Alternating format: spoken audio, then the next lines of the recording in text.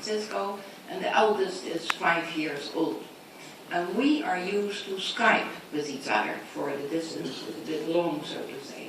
So every Sunday afternoon we are Skyping, and I can assure you it's more fun for the grandma than for the granddaughters, but it happens. And at a certain moment, the 5-year-old granddaughter is asking me, "How old are you?" And I said, "I'm 72. And she said, "And you are still alive?"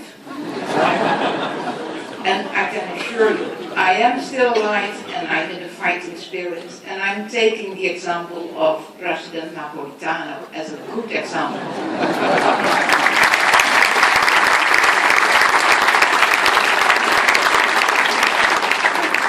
And if we could make a deal, and I'm delighted to be back for my my memory of last year was indeed impressive with your audience. If we could make a deal, and the deal is, I'm in the fighting spirit, and I need fighters, and I need no bureaucrats. If you could join me and share me in the fighting spirit, then we are doing a great job. For it is needed. We all are aware that our economy is in a bad shape. We all are aware that our unemployment is far too high, but especially the youth unemployment. And when somebody is asking me, what is your real worry talking about Europe? It is the youth unemployment. And I'm always getting emotional when I'm touching upon that issue. Why? Because if you are faced with figures of 41% in your country, youth unemployed people, if you are faced with 63% in Greece, 61% in Spain, and a bit lower, but also far too high in other member states in Europe, then you are facing a generation that is nearby a lost generation. If we can't solve that problem of the youth unemployment, of just getting the economy in good shape again, then we are facing a lost generation.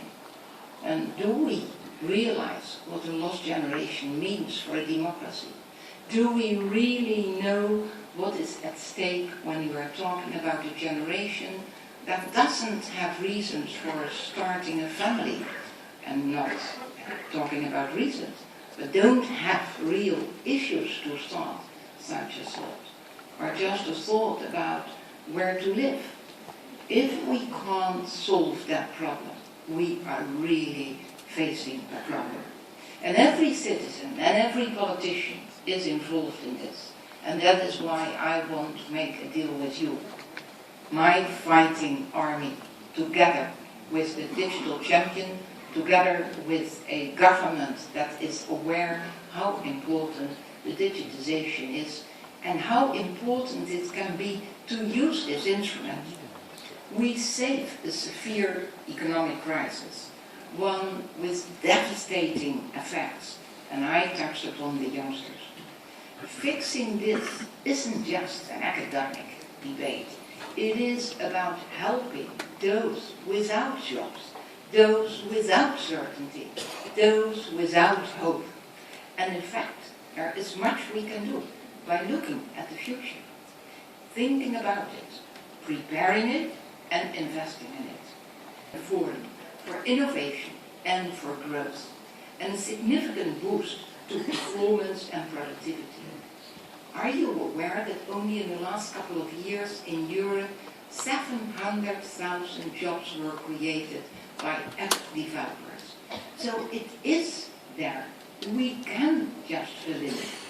And from socializing to learning the latest news, from logistics to financial transactions, from transport to tourism, big data to cloud computing, today there are few activities untouched or unapproved by digital tools. And the internet, ladies and gentlemen, dear friends, creates 5 jobs for every 2 lost. So that is win. That is really win. 10 percentage points where broadband boost grows by 1 to 1.5%.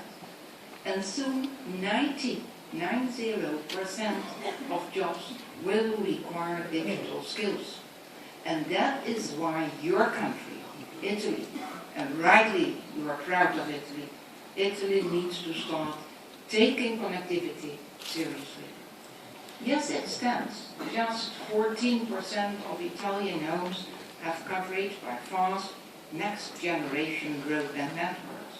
And that figure, to 14%, about a quarter of the EU average, puts Italy in last place among the EU. Is that acceptable? No. Meanwhile, 37% of Italian adults have never used the internet. And that is a big letdown to the Italian people. But there is a huge opportunity if the country can catch up. The ICT sector includes some of the biggest companies in the world. We are aware of that. Yet, of those global giants, none are from Europe. By the way, not anymore.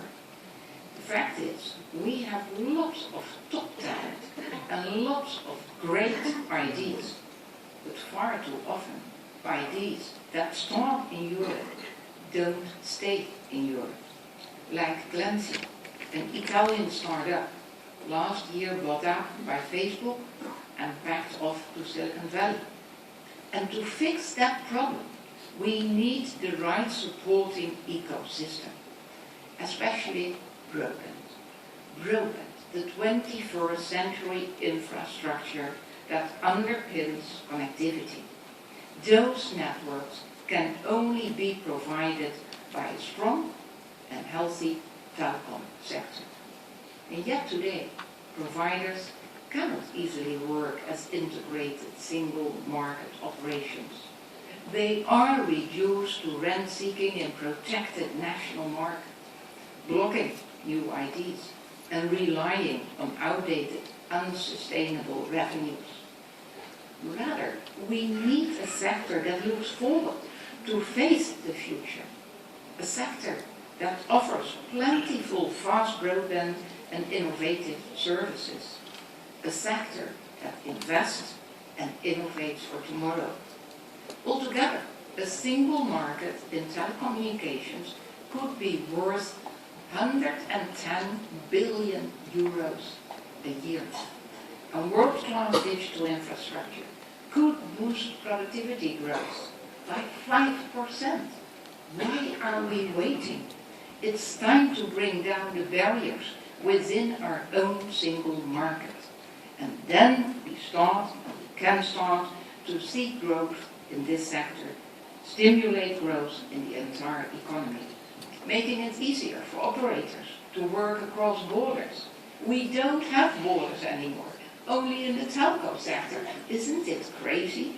With more consistent access to fixed networks, better rules on spectrum, so more Europeans get fast wireless broadband, new rules on Wi-Fi, giving more chances to connect, and fairer prices, like for calling and texting across Europe. Because removing artificial borders is exactly what the EU is here to do. An end to blocking, an end to throttling online services, allowing new specialized online services, only if they don't slow down the internet for everyone else. Better consumer rights, like to ensure you get the internet speed and quality you paid for, so you can switch providers without hassle or high costs. And that is our proposal for Connected Continent. Much of the response to it, positive and negative, has focused on our proposal to bring about the end of roaming in Europe. Telcos, in particular, are lobbying fiercely for those rip-offs to stay. By the way, they are coming up over for a cup of coffee. They are saying, Neelie, right, you are. But outside, they are saying, stick to the line we have. So I want to clarify a few points with you. Number one, our proposal is not based on mandated price caps. Don't believe them who are saying that. Rather, it encourages new pan-European deals onto the market. If any market player is fighting against a voluntary market-based mechanism, you have to ask yourself, why do they fear competition? Second, they claim that roaming rip-offs help investment. To be quite open to you, I don't see that. They have not led to significant investments in recent years, and I can't believe they ever would. So I'm facing them and say, why, when roaming is still there, why aren't you investing like you are saying you should if I keep off roaming? Why would you invest in new networks that support innovative services if you can make fast money from roaming? Come on, I'm not naive, I'm Dutch, I'm straightforward, getting to the point. And in fact, investors want to see business plans that are sustainable and forward-looking. And that is my third point.